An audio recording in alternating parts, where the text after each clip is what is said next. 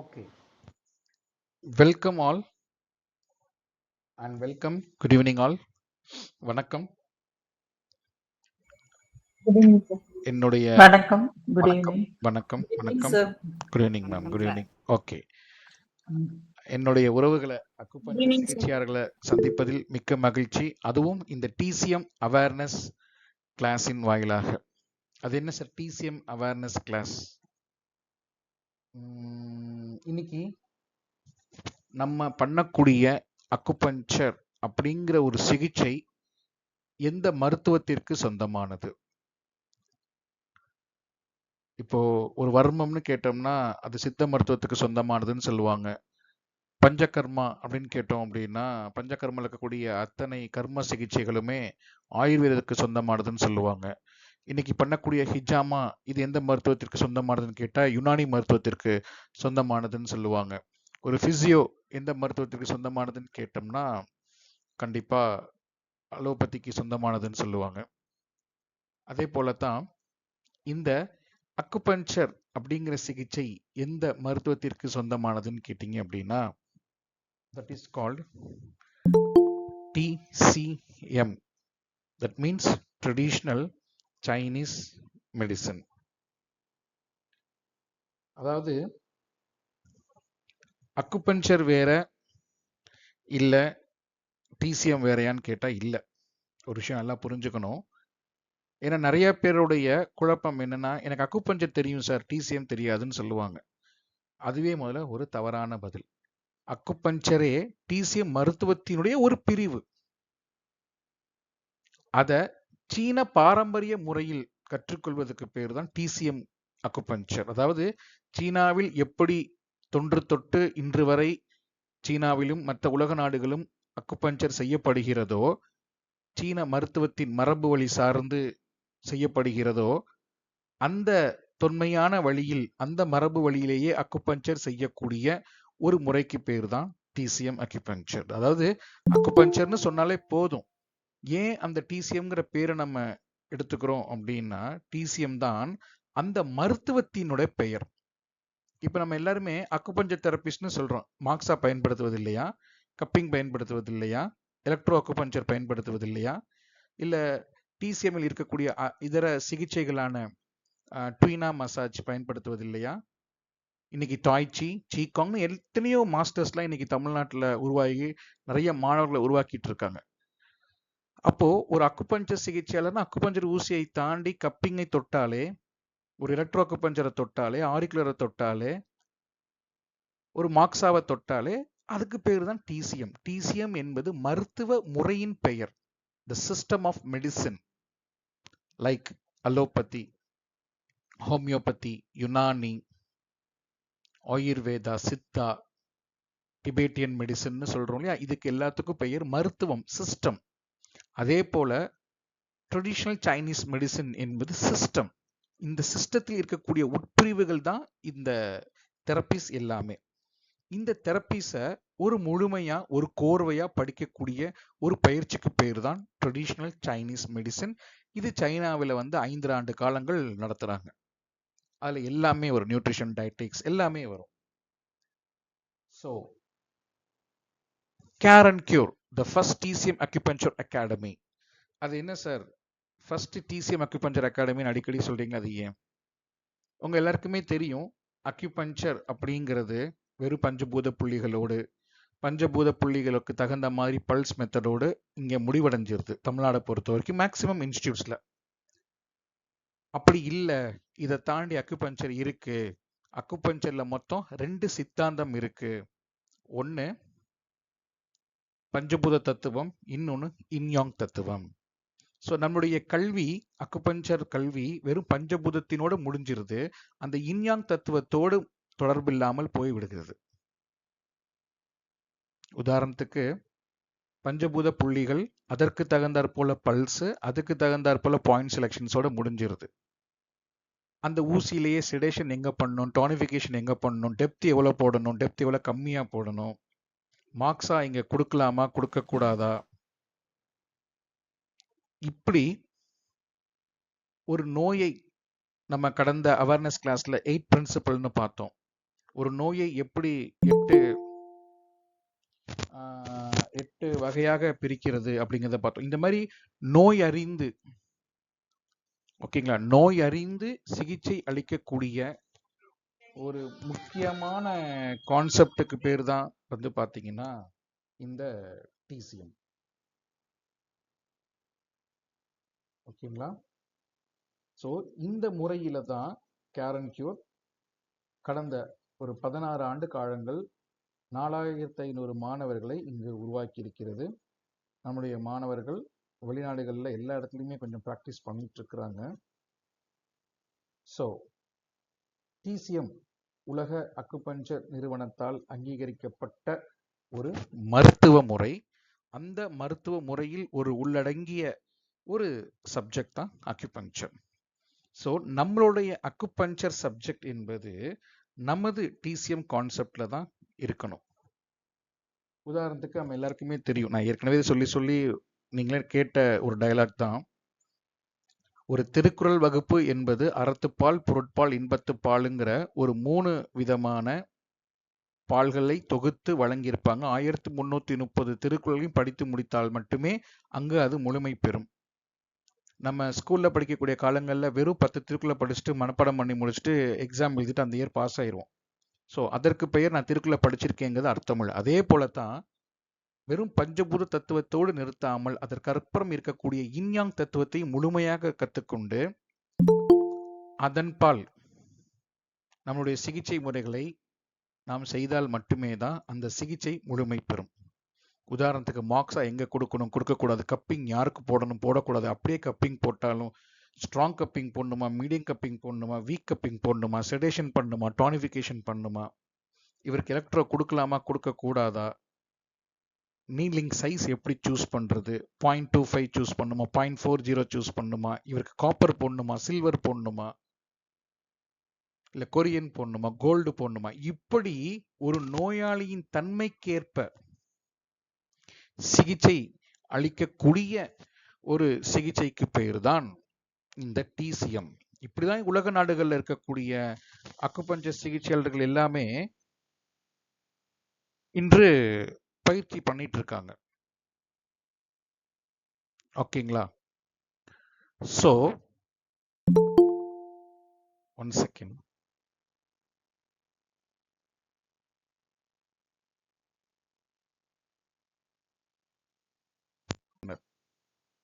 So இதை தமிழ்நாட்டில் ஆரம்ப காலத்திலிருந்து இன்று வரை இந்த முறையிலான அக்குபஞ்சர் கல்வியை போதிக்கக்கூடிய ஒரு கல்வி நிறுவனம் தான் நம்முடைய care and cure TCM acupuncture academy.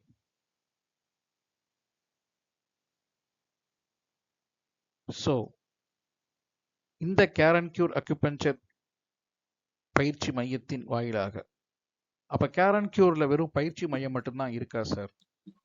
கண்டிப்பா இல்லை.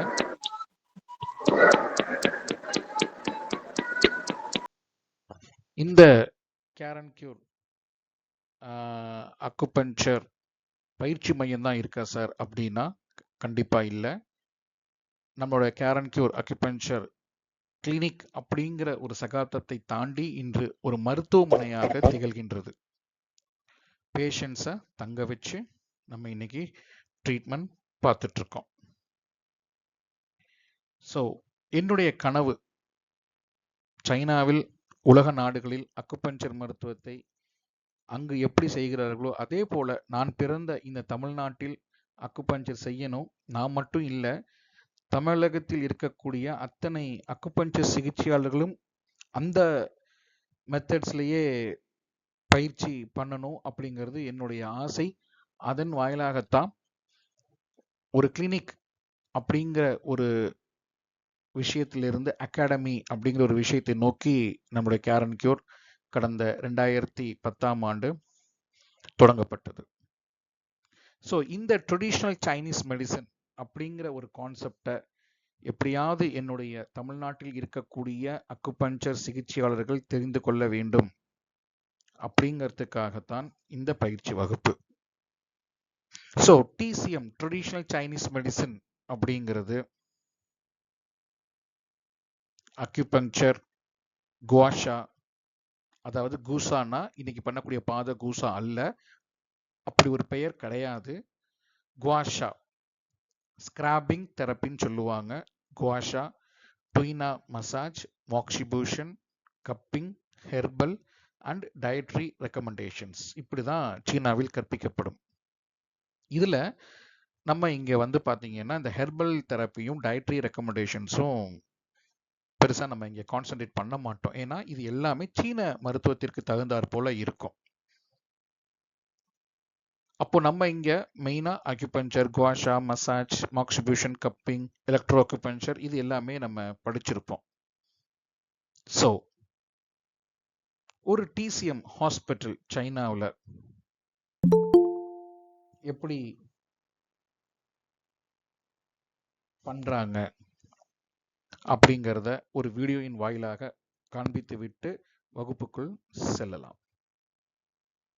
2026ஆம் ஆண்டு நடக்கக்கூடிய 2வது அவேர்னஸ் கிளாஸ்.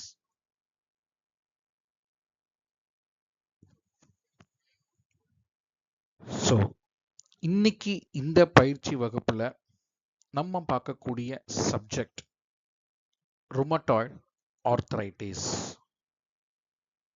இத தமிழ்ல எப்படி சொல்லலாம் அப்படின்னு கேட்டீங்க அப்படின்னா முடக்கு வாதம். ஸோ இது வாதத்தில் ஒரு வகை. நம்மளை முடக்கக்கூடிய, நம் செயல்களை முடக்கக்கூடிய ஒரு வாதத்தன்மை கொண்ட நோயினால் தான் இதற்கு பெயர் முடக்கு வாதம்.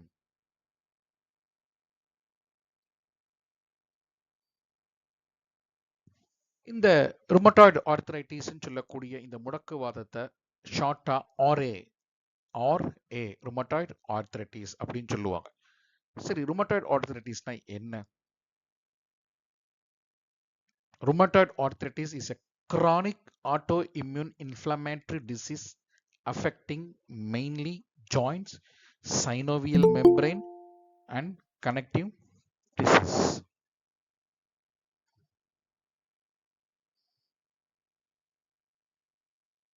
So, rheumatoid arthritis அப்படிங்கிறது ஒரு கிரானிக்கான ஆட்டோ இம்யூன், அதாவது நம்மை காப்பாற்ற வேண்டிய நமது நோய் எதிர்ப்பாற்றலே நம்மளுடைய செல்ஸை டேமேஜ் பண்ணக்கூடிய ஒரு சிஸ்டத்துக்கு பேர் தான் ஆட்டோ இம்யூன் அப்படின்னு சொல்லுவாங்க. அதனோடு சேர்ந்து அலர்ச்சியும், அதாவது இன்ஃப்ளமேட்டரியும் சேர்ந்து கொள்ளக்கூடிய ஒரு நிலைக்கு பேர் தான் rheumatoid arthritis. It's called autoimmune inflammatory disease. நம் உடம்பில் அலர்ச்சி ஏற்பட்டு நம்மை காப்பாற்ற வேண்டிய நமது நோய் எதிர்ப்பாற்றலே நம் செல்களை சாகடிக்கக்கூடிய ஒரு நோய்க்கு பெயர் தான் ருமட்டாய்டு ஆர்த்ரைட்டிஸ். இது எது மெயினா அஃபெக்ட் பண்ணும் அப்படின்னா ஜாயின்ஸ், அந்த ஜாயின்ஸ்ல இருக்கக்கூடிய சைனோவியல் மெம்பரைன், இதுல தான் இந்த சைனோவியல் ஃப்ளூயிட்லாம் செக்ரேட் ஆகும்.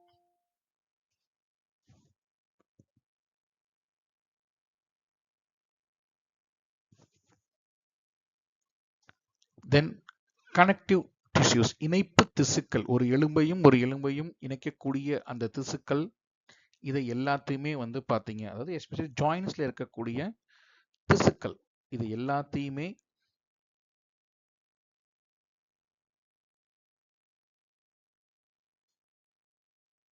பாதிக்கக்கூடிய ஒரு டிசீஸ்க்கு பேர் தான் rheumatoid arthritis. So rheumatoid arthritis அப்படிங்கிறது it's called auto immune disease. இது என்ன பண்ணும்? இது எதெல்லாம் கிரியேட் பண்ணும் பாடியில? Pain, swelling, morning stiffness, deformity and restricted movement.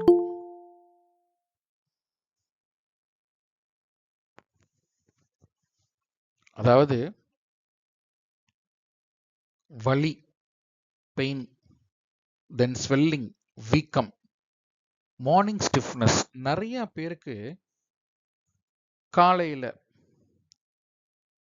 எழுந்த உடனே கை கால்களை அசைக்க முடியாது, இடுப்பு வந்து ஸ்டிஃபா இருக்கும், கை கால்கள் கழுத்து ஜாயின்ஸ்லாம் ஸ்டிஃபா இருக்கும், 4-5 ரொட்டேஷன்ஸ் மூமெண்ட்டு இதெல்லாம் கொடுத்ததுக்கு பிறகுதான் கொஞ்சம் கொஞ்சமா அது ஒரு half an hour ஒரு 30 மினிட்ஸ்ல அப்படியே கொஞ்சம் கொஞ்சமா ரிலீஃப் ஆகும். அடுத்தது டிஃபார்மிட்டி. எலும்புக்குள்ள இருக்கக்கூடிய மஜ்ஜைகள் எல்லாமே தேய்ந்து உலர்ந்து காய்ந்து போகக்கூடிய ஒரு நிலை, அதாவது கம்மியாகக்கூடிய ஒரு நிலை, டிஃபார்மிட்டி. அடுத்தது ரெஸ்ட்ரிக்டட் மூவ்மெண்ட். நான் ஏற்கனவே சொன்னோம் இல்லையா, நாம் செய்ய வேண்டிய செயல்களை முடக்கும் வகையில் இருக்கக்கூடிய வாதம். நம்மளால ப்ராப்பரா உட்கார்ந்து எழுந்திருக்க முடியாது, காலை மடக்க முடியாது, நீட்ட முடியாது, விரல்களை மடக்க முடியாது. ஸோ இந்த ஒரு கண்டிஷனுக்கு பேர் தான் ருமட்டாய்டு ஆர்த்ரைட்டிஸ். ஸோ ஒரு ருமட்டாய்டு ஆர்த்ரைட்டிஸ்னு ஒரு பேஷண்ட் வந்துட்டாங்கன்னா மெயினாக என்ன இருக்கும்னா வலி இருக்கும், ஸ்வெல்லிங் இருக்கும், ஸ்டிஃப்னஸ் எஸ்பெஷலி மார்னிங் இருக்கும், அப்புறம் எலும்பு தேய்மானங்கள் டிஃபார்மிட்டி இருக்கும், அப்புறம் அவங்களால ஒரு சில ஆக்ஷன்ஸை செய்ய முடியாது. உதாரணத்துக்கு கழுத்தை திருப்ப முடியாது, கையை தூக்க முடியாது, கையை மடக்க முடியாதுமாங்க. இது எல்லாமே ஒரு ரெஸ்ட்ரிக்டட் மூவ்மெண்ட்ஸ் அவங்களுக்குள்ள இருக்கும். ஸோ இது இன்னைக்கு இருக்கக்கூடிய மாடர்ன் மெடிக்கல் வியூ. இதற்கெல்லாம் என்ன காரணங்கள் சொல்றாங்கன்னா, இது ஒரு ஆட்டோ இம்யூன் டிஸார்டர். நான் ஏற்கனவே சொன்ன மாதிரி நம்மை காக்க வேண்டிய நமது நோய் எதிர்ப்பாற்றலே நம்மை செல்களை சாகடிக்கக்கூடிய ஒரு டிசீஸ் தான் இந்த ஆர்த்ரைட்டிஸ். அப்புறம் ஜெனட்டிக் ஃபேக்டர். நம்முடைய பரம்பரையின் காரணமாக, பரம்பரையில் யாருக்காவது இருந்து அது நமக்கு அப்படியே டிரான்ஸ்ஃபர் ஆகி வரக்கூடிய காரணமாகவும் இருக்கலாம்னு சொல்றாங்க. தென் ஸ்ட்ரெஸ்.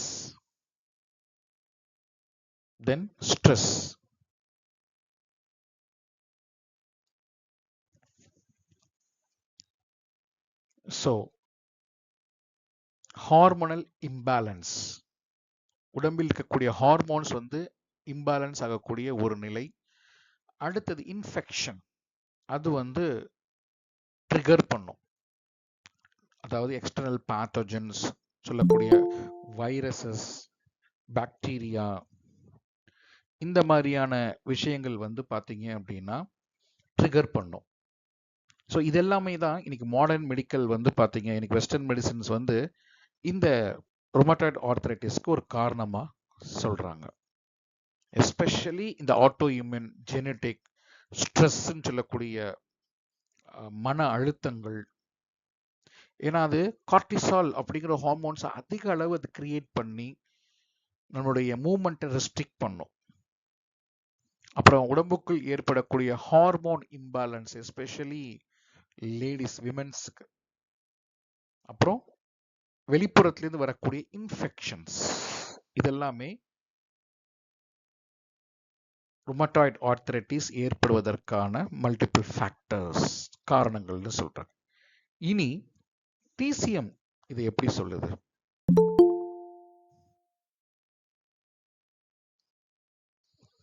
காமன்லி எஸ்பெஷலி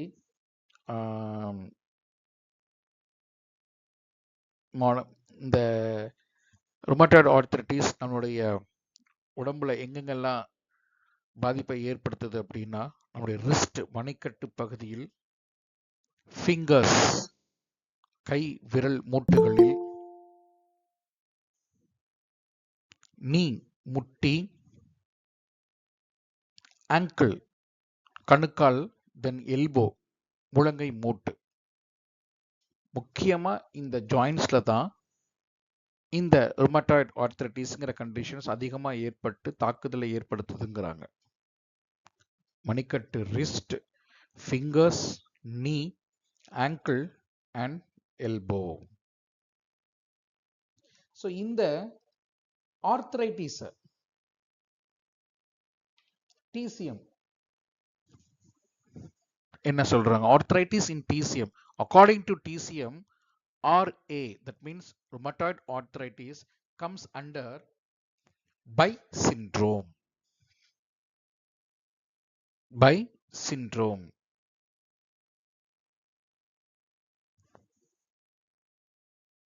அது என்ன சார் பை சிண்ட்ரோம்? சில பேர் இது பி சிண்ட்ரோம்னு சொல்லுவாங்க. ப்ரொனன்சியேஷன்ஸ் மேபி வேரி ஆகலாம். பி சிண்ட்ரோம், பை சிண்ட்ரோம் அப்படின்னு சொல்லுவாங்க. இந்த பி சிண்ட்ரோம்னா என்ன? பினா என்ன? Painful obstruction syndrome. Painful obstruction syndrome. அப்ப பி என்னன்னா பெயின்ஃபுல் அப்ஸ்ட்ரக்ஷன், ஒரு வலியுடன் கூடிய ஒரு தடை அப்படிங்கிற ஒரு மீனிங்கை கொடுக்குறாங்க. ஸோ அப்போ ஆர்த்ரைட்டிஸ்க்கு டிசிஎம்ல சொல்லக்கூடிய ஒரு எத்தியாலஜி, தட் மீன்ஸ் ஒரு காஸ் பி சிண்ட்ரோம்னு சொல்றாங்க. அப்போ பி சிண்ட்ரோம் நம்ம உடம்புக்குள்ள இருந்துச்சுன்னா நமக்கு ஆர்த்ரைட்டிஸ் வரும் அப்படின்னு சொல்றாங்க. ஸோ அப்போ பி சிண்ட்ரோம் நிறைய நோய்களை ஏற்படுத்தலாம். அது ஏற்படுத்தக்கூடிய ஒரு major one of the disease. Bi syndrome ஆர்த்ரைட்டிஸை மட்டும் இல்லை, அது நிறைய டிசீஸை ஏற்படுத்தும். ஆனால் ஆர்த்ரைட்டிஸையும் அது ஏற்படுத்தும். ஸோ அப்போ arthritis comes under bi syndrome. That is called painful obstruction syndrome. So bi சிண்ட்ரோம்னா என்ன? பி சிண்ட்ரோம் இத சைனீஸ்ல எப்படி சொல்றாங்கன்னா bi zheng. In traditional Chinese medicine, TCM refers to a group of conditions characterized by pain, soreness, numbness in the joints and muscles known as painful obstruction syndrome. அதாவது நம் உடம்பில் நம்முடைய ஜாயின்ஸ்ல வலி, வேதனை மற்றும் நம்னஸ் மரத்து போகக்கூடிய தன்மைகள் நம்முடைய ஜாயின்ஸ்லயோ மசில்ஸ்லயோ ஏற்பட்டால் அதற்கு பெயர்தான் பெயின்ஃபுல் அப்ஸ்ட்ரக்ஷன் சிண்ட்ரோம். அப்ப பி சிண்ட்ரோம்னா என்ன அப்படின்னு கேட்டா உங்களுடைய பதில்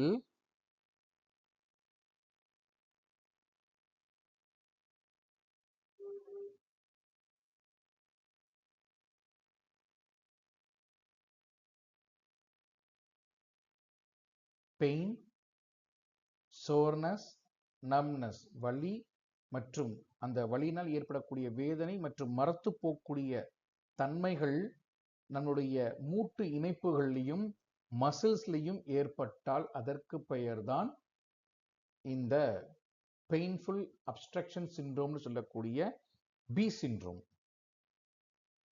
இது ஏன் வருது? எதனால வருது இந்த பி சிண்ட்ரோம் நம்ம உடம்புக்குள்ள? பார்த்துடலாமா? It arises from when external pathogens. external pathogens னா என்ன? வெளிப்புற காரணிகள், வெளிப்புறத்திலிருந்து நம்மளை தாக்கக்கூடிய, வெளிப்புறத்திலிருந்து நம்மளை தாக்கக்கூடிய ஃபேக்டர்ஸ், காரணிகள் இதனை ஏற்படுத்துது.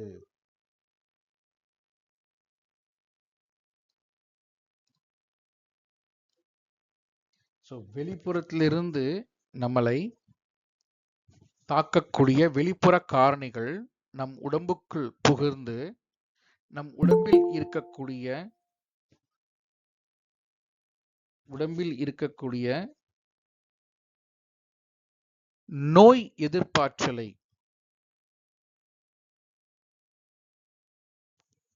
தாக்கி நம் உடம்பில் ஓடக்கூடிய ஆற்றல் மற்றும் இரத்தத்தை பாதிப்புக்கு ஏற்படுத்தி அதனை ஓட விடாமல் தடுக்குகின்ற ஒரு செயலுக்கு பெயர்தான் இந்த பி சிண்ட்ரோம். சிம்பிள். பி சிண்ட்ரோம்னா என்ன? வலி, வேதனை மற்றும் மரத்து போகக்கூடிய தன்மை நம் உடம்பில் இருக்கக்கூடிய இணைப்பு மூட்டுகளிலும் மற்றும் மசில்ஸ்லையும் ஏற்பட்டால் அதற்கு பேருதான் பி சிண்ட்ரோம். இந்த பி சிண்ட்ரோம் ஏன் வருது? பிகாஸ் வெளியிலிருந்து வரக்கூடிய புறக்காரணிகள், வெளிப்புற காரணிகள், கிளைமேட்டிக் ஃபேக்டர்ஸ் நம் உடம்புக்குள் புகுந்து, ஸ்கின் வழியாக புகுந்து,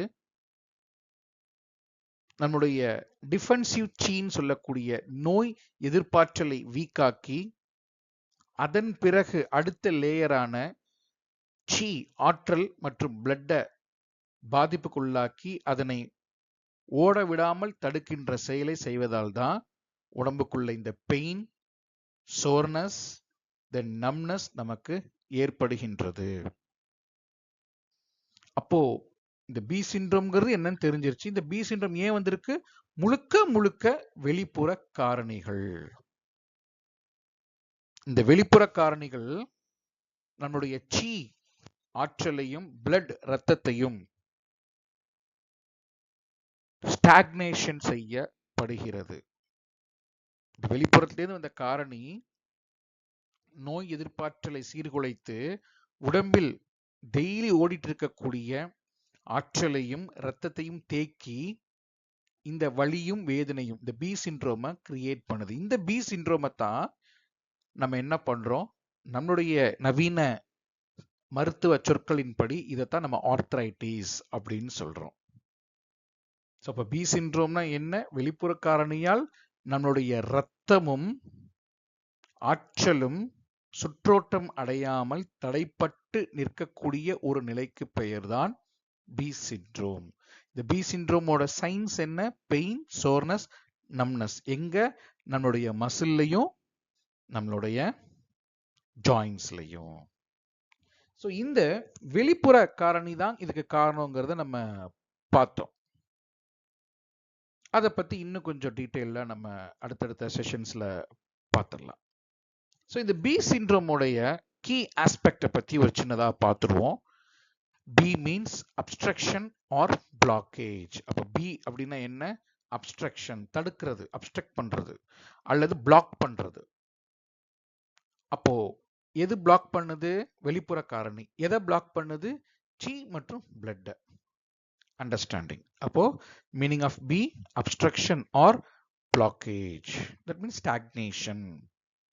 பேத்தோபிசியாலஜி. இதற்கு பேத்தோபிசியாலஜி என்ன? எக்ஸ்டர்னல் பேத்தஜன்ஸ், வெளிப்புற காரணி இன்வேடிவ் உட்புகுது. எங்க? மசில்ஸ்குள்ள, ஜாயின்ஸ்குள்ள, மெரிடியன்ஸ்குள்ள போய் அந்த மசில்ஸ்ல மெரிடியன்ல ஓடுகின்ற ரத்தத்தையும் ஆற்றலையும் தேக்கி நிறுத்தி அங்க பெயினை கிரியேட் பண்ணுது, முடக்கத்தை ஏற்படுத்துது. இதுதான் பேத்தோபிசியாலஜி. சரி, இப்ப இந்த பி சிண்ட்ரோம் வெறும் ஆர்த்ரைட்டிஸை மட்டும் ஏற்படுத்துதா? இத மாடர்ன் மெடிசின்ஸ் எப்படி சொல்றாங்க? It often corresponds to rheumatic diseases, rheumatoid arthritis, osteoarthritis, gout and other chronic pain condition. அப்ப வலி மட்டும் அல்ல, வலியும் வேதனையும் மட்டும் அல்ல, அங்கு இன்ஃப்ளமேஷனையும் இது கிரியேட் பண்ணுது. அப்ப கவுட் எந்த கேட்டகரி தான்? பி சிண்ட்ரோம் தான். ஆஸ்டியோ ஆர்த்ரைட்டிஸ் பி சிண்ட்ரோம் தான். chronic pain condition it's called B syndrome. எப்பொழுது வெளிப்புற காரணியால் நமது இரத்த ஓட்டமும் ஆற்றல் ஓட்டமும் தடைப்பட்டு நின்று அங்கு இன்ஃப்ளமேஷனை ஏற்படுத்தி பெயினை கிரியேட் பண்ணுதோ, that is called B syndrome. இது எங்கெல்லாம் ஏற்படுத்தும்? Joins and muscles. என்னெல்லாம் கிரியேட் பண்ணும்? உங்களுக்கே தெரியும். சோர்னஸ் வேதனை, நம்னஸ் மரத்து போதல், ஹெவினஸ் ஒரு ஹெவினஸ், அந்த இடத்துல பார்த்தீங்கன்னா ஹெவியா நம்ம ஃபீல் பண்ணுவோம். அண்ட் ரெஸ்ட்ரிக்டட் மூமெண்ட், கொஞ்சமாக தான் நம்மளால் நகர முடியும், கை தூக்க முடியும், காலை மடக்க முடியும், நீட்ட முடியும். இந்த மாதிரி restricted movement, limited range of motions. So bi சிண்ட்ரோம்னா என்ன அப்படிங்கிறது உங்களுக்கு புரிந்திருக்கும். நமக்கு இந்த பி சிண்ட்ரோம் அப்படிங்கிற ஒரு விஷயம் தான் ஆர்த்ரைட்டிஸுக்கு பிள்ளையார் சொல்லி அப்படிங்கிறதையும் நம்ம பார்த்தோம். இந்த பி சிண்ட்ரோம்ஸ்னா என்னங்கிறதையும் பார்த்தோம். ஸோ இந்த பி சிண்ட்ரோம் அப்படிங்கிறது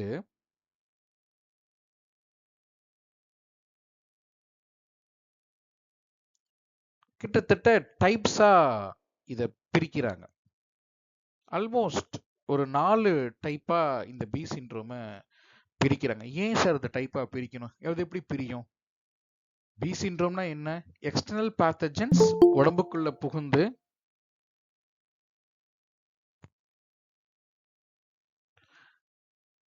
நம்மளுடைய டிஃபென்சிவ் சீயை, அதாவது நம்மளை காப்பாற்ற வேண்டிய நோய் எதிர்ப்பாற்றலை வீக்காக்கி மசில்ஸ்லையும் ஜாயின்லையும் அங்கே இருக்கக்கூடிய ஆற்றல் ஓட்டத்தையும் இரத்த ஓட்டையும் தடுத்து நிறுத்தக்கூடிய செயல்னு பார்த்தோம். அப்ப அந்த வெளிப்புற காரணியை பத்தி நம்ம பார்க்கணும் இல்லையா? அந்த எத்தியாலஜி காசஸ் எது அந்த பி சிண்ட்ரோமை ட்ரிகர் பண்ணுது, பி சிண்ட்ரோம்ஸை கிரியேட் பண்ணுதுங்கிறதையும் பார்க்கணும் இல்லையா? ஸோ எத்தியாலஜி இன் டிசிஎம் காசஸ் என்ன சொல்றாங்க? விண்ட், கோல்டு, டேம்ப்னஸ், தென் ஹீட். இந்த ஹீட்ல டேம்பும் ஹீட்டும் சேர்ந்த மாதிரியும் வரும், ஹீட் தனியாகவும் வரும். அப்ப விண்டுன்னு சொல்லக்கூடிய காற்று, கோல்டுன்னு சொல்லக்கூடிய குளிர், டேம்ப்னஸ்ன்னு சொல்லக்கூடிய ஈரப்பதம், ஹீட்னு சொல்லக்கூடிய வெப்பம். உங்களுக்கு தெரிந்து ஆர்த்தரைட்டிஸ் அப்படின்னு சொல்லக்கூடிய கண்டிஷன்ஸ் உங்க வீட்லயோ இல்லை உங்களுக்கு தெரிந்தவங்களையோ இருந்துச்சுன்னா அவங்க கிட்ட கேட்டீங்கன்னா, எப்பங்க இது கொஞ்சம் அதிகமாகுது, எனக்கு இருக்கு ஆனா அந்த வலியும் வேதனையும் எப்போ அதிகமாகுதுன்னு கேட்டீங்கன்னா, ஐயோ எனக்கு இந்த காத்தடி காலம் வந்துச்சுன்னா போதும் உடம்பு வலி பிரிச்சு எடுத்துரும், ஜாயின்ஸ்க்கு வலிக்கும் அப்படிம்பாங்க. ஒரு சில பேர், சார் எனக்கு குளிர்காலம் வந்துச்சுன்னா முடிஞ்சிச்சு சார், அப்படியே இந்த சில்னஸ் எனக்கு வந்தாலே கை கால்லாம் வலிச்சிடும். நேற்று போனேன், சொந்தக்காரங்க வீட்டுக்கு போனேன், ஏசி போட்டு விட்டாங்க, எனக்கு பதிலும் பேச முடியல. அந்த ஏசி வந்து எனக்கு திடீர்னு அப்படியே கை கால்லாம் ஸ்டிஃப்னஸ் ஆயிடுச்சு, மரத்து போச்சு. அது கோல்டு. டேம்ப்னஸ், கபம்னு சொல்லக்கூடிய ஈரப்பதம்னு சொல்லக்கூடிய இந்த கபம் ஜாயின்ஸ்லயும் மசில்ஸ்லயும் போய் உக்காந்துக்கிட்டு ட்ரிகர் பண்ணும். எப்ப தெரியுமா? ஒரு ஐஸ்கிரீம் சாப்பிட்டா, இல்லையா ஒரு கிரீசி ஃபுட் சாப்பிட்டா, இல்ல நான் ஒரு ஈரமான, நேற்று என்ன பண்ணேன் அவசரத்துல குளிச்சுட்டு அப்படியே ஈர ட்ரெஸ்ஸோட டக்கு டக்குன்னு இன்னர்வி எல்லாம் போட்டு நான் கிளம்பிட்டேன், இல்ல நான் டூருக்கு போயிருந்தேன் சார், அப்ப ஈர ட்ரெஸ்ஸை போட்டுட்டு வேற ட்ரெஸ் எடுத்துட்டு போல, அப்படியே புளிஞ்சுட்டு அந்த ஈர ட்ரெஸ்ஸோடய போட்டு போனேன், பார்த்தா உடம்புல பெயின் வந்துருச்சு, ஃபீவர் வந்துருச்சு, இந்த மாதிரிலாம் சொல்லுவாங்க. So that is called dampness. அடுத்தது வெப்பம். அதிகமான வெயில் காலங்கள்லையும் சில பேருக்கு வந்து இந்த ருமட்டாய்டு ஆர்த்ரைட்டிஸ் வந்து ட்ரிகர் ஆகும். பிகாஸ் இதுவும் ஒரு வெளிப்புற காரணி. ஸோ விண்டுன்னு சொல்லக்கூடிய காற்று, கோல்டுன்னு சொல்லக்கூடிய குளிர், டேம்ப்னஸ்ன்னு சொல்லக்கூடிய ஈரப்பதம், ஹீட்டுன்னு சொல்லக்கூடிய வெப்பம், இந்த 4 ரவுடிஸ் தான் இந்த பி சிண்ட்ரோமை கிரியேட் பண்ணுது. அப்ப இந்த பி 4 வகையில இருக்கு. அதுக்கு பேர் தான் வாண்டரிங் பி, அதாவது விண்டுனால் வரக்கூடிய பி, பெயின்ஃபுல் பி, கோல்டுனால வரக்கூடிய பி, ஃபிக்ஸ்டு பி, டேம்ப்னஸால வரக்கூடிய பி, தென் ஹீட் பி. அப்ப விண்டுனாலையும் இந்த பி வரும், பி சிண்ட்ரோம் வரும், கோல்டுனாலையும் பி சிண்ட்ரோம் வரும், டேம்ப்னஸாலையும் பி சிண்ட்ரோம் வரும், ஹீட்னாலையும் இந்த பி சிண்ட்ரோம் வரும். இந்த 4 ரவுடி பேக்க தான் நம்ம உடம்புக்குள்ள, ஒவ்வொருத்தருக்கும் ஒவ்வொரு ரவுடி உள்ள பூந்துருவான். ஒரு சில பேருக்கு விண்டு போயிடும், ஒரு சில பேருக்கு கோல்டு போயிடும், ஒரு சில பேருக்கு டேம்ப்னஸ் போகும், ஒரு சில பேருக்கு ஹீட் போகும். அதனால தான் நான் எப்பவுமே சொல்லுவேன், சார் ருமட்டாய்டு ஆர்த்ரைட்டிஸ்க்கு பாயிண்ட் சொல்லுங்க சார் அப்படின்னு கேட்டா எனக்கு தெரியாது சார் நான் திருப்பி ரிப்ளை பண்ணுவேன். ஏன்? அவங்க எந்த பில அஃபெக்ட் ஆயிருக்காங்கன்னு எனக்கு எப்படி தெரியும்? சொல்லக்கூடிய நபர்கள் நீங்க, சார் அவங்க கோல்டு பினால அஃபெக்ட் ஆயிருக்காங்க சார் அப்படின்னு சொன்னா பாயிண்ட்ஸ் தர முடியும். இல்ல சார் அவங்க விண்டு பில அஃபெக்ட் ஆயிருக்காங்க சார் அப்படின்னு சொன்னா நான் பாயிண்ட்ஸ் தர முடியும். அவங்க ஹீட்ல அஃபெக்ட் ஆயிருக்காங்கன்னு சொன்னா நான் தர முடியும். அப்போ புரிஞ்சுக்குங்க, அலோபதியில ஒரே பேரு தான் ருமட்டாய்டு ஆர்த்ரைட்டிஸ், ஆனா டிசிஎம்ல இதுக்கு பேரு பி சிண்ட்ரோம். அப்ப பி சிண்ட்ரோம்ங்கிறது ஒரே எத்தியாலஜில வராது. ஹீட் இருக்கலாம், கோல்டு இருக்கலாம், டேம்ப்னஸ் இருக்கலாம், விண்ட் இருக்கலாம். நீங்க நிறைய குரூப்ல பாருங்களேன், ருமட்டாய்டு ஆர்த்ரைட்டிஸ் பாயிண்ட் சொல்லுங்கன்னா அவங்க 4-5 பாயிண்ட்ஸ் சொல்லுவாங்க. அது சொல்லக்கூடிய பாயிண்ட்ஸ்ல மேபி அதன் காரணமா இருக்கக்கூடிய பினால வந்திருந்தா மட்டும்தான் சக்சஸ் ஆகும். இல்லைன்னு வச்சுக்கோங்களேன், சக்ஸஸ் ஆகாது. ஒண்ணு என்னமோ சொல்லுவாங்க, இவருக்கு அக்குபஞ்சர்லாம் செட் ஆகல சார், அக்குபஞ்சர்லாம் வேஸ்ட் சார், அக்குபஞ்சர்லாம் இன்னும் வேஸ்ட் சார் அப்படின்ருவாங்க. அப்போ அக்குபஞ்சர் அங்க வேஸ்ட் இல்லைங்க. அக்குபஞ்சர் சிகிச்சையாளருக்கு டயக்னோசிஸ் பண்ண தெரியல. இந்த ருமட்டாய்டு ஆர்த்ரைட்டிஸுக்கு காஸ் எத்தியாலஜி என்ன, ரூட் என்ன, எந்த காரணி, எந்த வெளிப்புற காரணி உள்ள புகுந்திருக்கு, விண்டு போயிருக்கா, கோல்டு போயிருக்கா, டேம்ப் போயிருக்கா, இல்ல ஹீட் போயிருக்கா, இல்ல டேம் ஹீட் காம்பினேஷன்ல போயிருக்கா. அப்போ அதற்குரிய புள்ளிகளை தேர்ந்தெடுத்து அந்த பேஷண்ட்டுக்கு போட்டாதானே அவங்களுடைய ருமட்டாய்டு ஆர்த்ரைட்டிஸ் சரியாகும். இதுக்கு பேரு தான் டிசிஎம், இதற்கு பேரு தான் அக்யூபங்க்சர். அப்போ ஒரு நோய் என்பது 2 வகையா பிரிக்கிறாங்க அக்குபஞ்சர்ல. ஒன்னு எக்ஸ்டர்னல், இன்னொன்னு இன்டர்னல். அது என்ன sir external internal? Yes sir, எனக்கு சளி பிடிச்சிருக்குன்னு ஒரு பேஷண்ட் வராங்க. உங்ககிட்ட நம்ம ஓவரலாக டயக்னோசிஸ் பண்ணுறோம். என்னாச்சு, ஏன் சளி பிடிச்சிச்சு, என்ன பண்ணீங்க? இல்லை சார், நேற்று நான் வெளியூர் போயிருந்தேன், அங்கே பயங்கர கோல்டு, பயங்கர குளிர், ஸ்வெட்டர் எடுக்காமல் போயிட்டேன், மப்பர் எடுக்காமல் போயிட்டேன், குளிரில் போயிட்டேன், எனக்கு டக்குன்னு கோல்டு அஃபெக்ட் ஆகிடுச்சு. ஓகே, வெளிப்புற காரணியால் பாதிக்கப்பட்டிருக்கிறாங்க. கோல்டு அதாவது வெளிப்புற குளிர்ச்சித்தன்மை இவர் உடம்புக்குள்ள புகுந்து உள்ளுக்குள்ள சளியை ஏற்படுத்தியிருக்கு. Okay, this is called external. அது இன்னொரு பேஷண்ட் வராங்க, என்ன சார் எனக்கும் சளி பிடிச்சிருக்கு சார். ஏன் சார், என்ன சார் ஆச்சு? நேற்று ஒன்றும் இல்லை சார், எனக்கும் எங்கள் மாமியாருக்கு சண்டை, இல்லை எனக்கு எங்கள் ஹஸ்பண்டுக்கு சண்டை, கொஞ்சம் அப்படியே எமோஷனலாக டிஸ்டர்ப் ஆகி உட்காந்து அழுதுகிட்டே இருந்தேன், திடீர்னு பார்த்தா எனக்கு வீசிங் மாதிரி வந்து சளி பிடிச்சிருச்சு. Oh, this is called internal emotion. இன்னொரு பேஷண்ட் வராங்க, சார் எனக்கும் சளி பிடிச்சிச்சு சார், என்ன சார் காரணம்? என்னதில்லை, நேற்று ஐஸ்கிரீம் சாப்பிட்டேன் சார், ஒரு பார்ட்டிக்கு போயிருந்தேன், ஐஸ்கிரீம் நல்லா இருக்குன்னு சாப்பிட்டேன், திடீர்னு சளி பிடிச்சிருச்சு. Oh, this is due to food, this is due to internal. அப்புறம் இன்னொரு பேஷண்ட் வராங்க, எனக்கும் சளி பிடிச்சிருக்கு சார், நீங்க என்ன வச்சு, உங்களுக்கு என்ன எப்படி சளி பிடிச்சு? சார் தண்ணி மாத்தி குடிச்சேன், எனக்கு சளி பிடிச்சிருச்சு. Okay, this is due to external.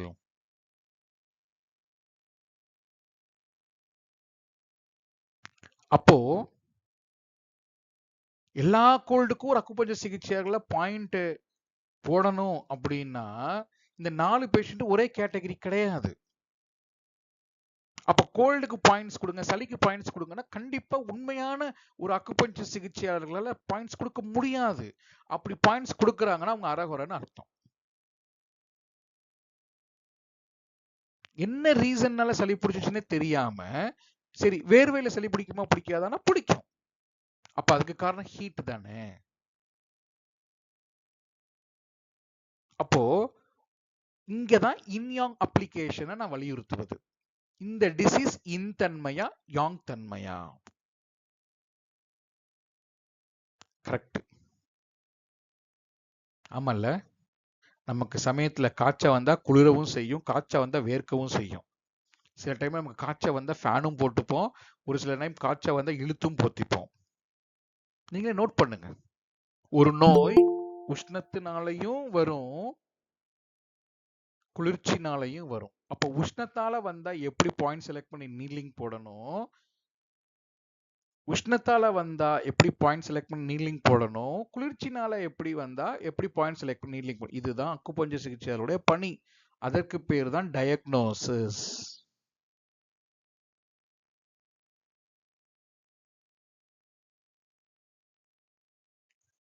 அதுக்கு பேரு தான் டயக்னோசிஸ். அந்த மாதிரி உங்கள்கிட்ட வந்திருக்கக்கூடிய ஆர்த்தரைட்டிஸ் பேஷண்டினுடைய தன்மையை நீங்கள் அறியணும், காரணத்தை அறியணும். பி சிண்ட்ரோம்ங்கிறது காமன். அந்த பி சிண்ட்ரோம் உருவாவதற்கு எட்டியாலஜி என்ன, அதுக்கான காஸ் என்ன, விண்டா, கோல்டா, டேம்பா, ஹீட்டா? அப்ப விண்டுனா அதுக்கு ஒரு புள்ளிகள், அதற்கு நீலிங் மெத்தடு வேற, கோல்டுனா அதுக்கு ஒரு புள்ளிகள், அதற்கு நீலிங் மெத்தடு வேற. நம்ம நினைக்கிற மாதிரி எப்படி வந்தாலும் சொருகி விட்டா அதுக்கு பேரு ட்ரீட்மெண்ட் கிடையாது. சொல்லுவாங்க இல்லையா, பாத்திரம் அறிந்து பிச்சை போடுன்னு, அதே போல நோயறிந்து நீடில் போடுங்கிறது தான் சீன பழமொழி, நான் கண்டுபிடிச்சது. நோயறிந்து நீடில் போடு, நீயா போடாத, புக்ல இருக்கிறத பார்த்து போடாத.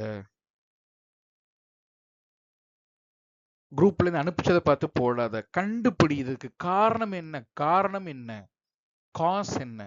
அக்குபஞ்சர் என்பது வெஸ்டர்ன் மெடிசன் போல எல்லாருக்கும் வந்து ஒரே மாத்திரைகளை எழுதி கொடுப்பதற்கு மாதிரி நம்மளால பண்ண முடியாது. த காஸ் அதுதான் இங்க மெயினா முக்கியமே. அதனாலதான் நம்ம எத்தியாலஜி, பேத்தாலஜி, பேத்தோபிசியாலஜி, பிசியாலஜி இவ்வளவும் நம்ம அக்யூபஞ்சர்ல படிக்கிறோம்.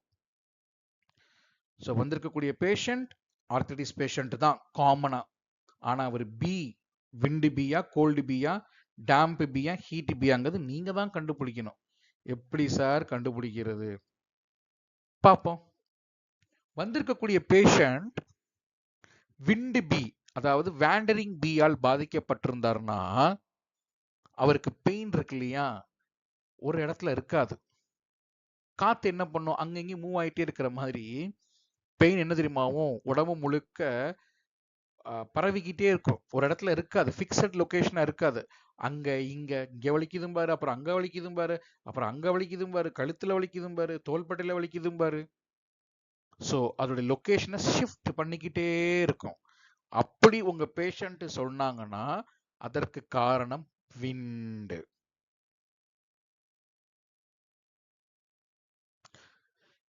அதே போல ஒரு பேஷண்ட் வந்து சொல்றாங்க, சார் எனக்கு பயங்கரமா பெயின் இருக்கு, ஷார்ப்பா சுருக்குன்னு மாதிரி குத்துது.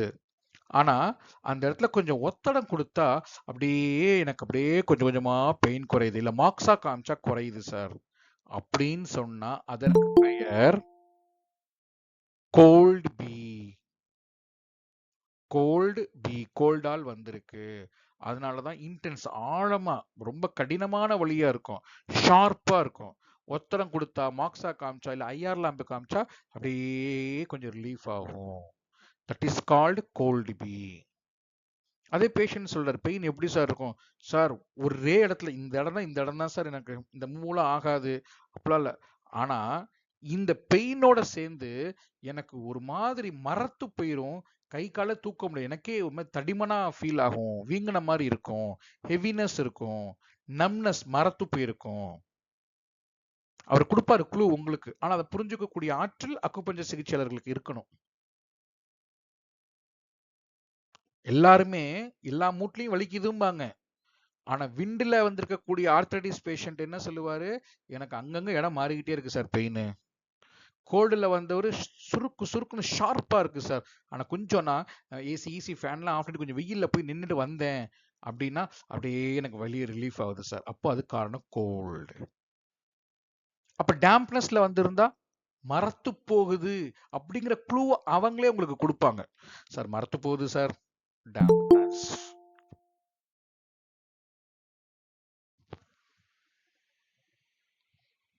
அப்ப ஹீட்னால வந்திருந்தா எங்கெல்லாம் அவங்க பெயின்னு சொல்றாங்களோ அந்த இடம் கொஞ்சம் சிவந்து காணப்படும், வீங்கி காணப்படும், தொட்டு பார்த்தா அந்த இடத்துல கொஞ்சம் உஷ்ணம் இருக்கும், அப்புறம் வலியும் அந்த இடத்துல இருக்கும். நிறைய பேருக்கு பெயின் இருக்க இடத்த தொட்டு பார்த்தீங்கன்னா ஒரு சூடு இருக்கும், அந்த பெயினுக்கு காரணம் உஷ்ணம், ஹீட்.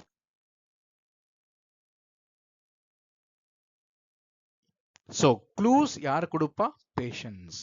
ஆனா அந்த க்ளூவை கேட்டு வாங்க தெரியணும். ஏன், அவங்க மெயினா வந்திருக்க ரீசன் என்ன சார், பெயின் சார்.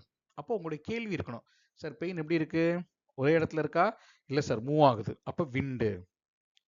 இல்ல சார் ஒரே இடத்துல இருக்கு சார், நான் மரத்து போகுது சார், அப்போ டேம்ப்னஸ்.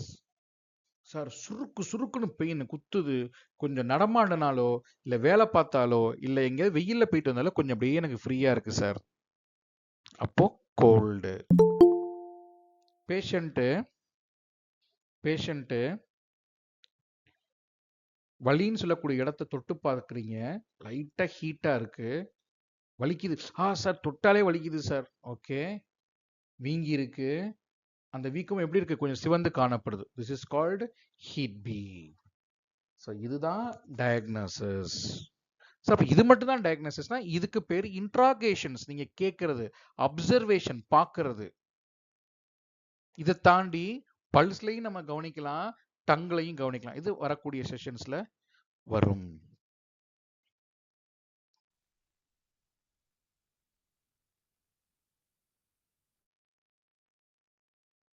ஸோ இப்போ பி சிண்ட்ரோம்கான காரணங்களை பத்தி நம்ம தெளிவா பார்த்துட்டோம். அதுல ஃபர்ஸ்ட் பார்க்கக்கூடிய bi syndrome wind bi. Wind bi காற்றால் வரக்கூடிய பி. சிம்டம்ஸ் என்ன? Wandering pain, moving pain and mild fever. லைட்டா அந்த ஆர்த்ரைட்டிஸ் பேஷண்ட்டுக்கு அடிக்கடி கொஞ்சம் ஃபீவர்ஸும் வரும். டங் எப்படி இருக்கும்? தின் ஒயிட் கோட் இருக்கும். பேஷண்ட்டை டங்கை நீட்ட சொல்லும்போது தின்னா ஒரு ஒயிட் கோட்டிங் அங்க இருக்கும். பல்ஸ் வந்து தொட்ட உடனே ஃப்ளோட்டிங் பல்ஸ் தெரியும். நான் ரீசெண்டாக கூட ஃப்ளோட்டிங் பல்ஸ் எப்படி இருக்குங்கிற ஒரு ஏஐ வீடியோ கூட போட்டிருந்தேன், பார்த்துருப்பீங்க. ஸோ பல்ஸ் எப்படி இருக்கும்? ஃப்ளோட்டிங்காக இருக்கும். தொட்ட உடனே பல்ஸ் தெரியும். எங்க தெரியுமா? லங்ஸ் ஏரியாவில்.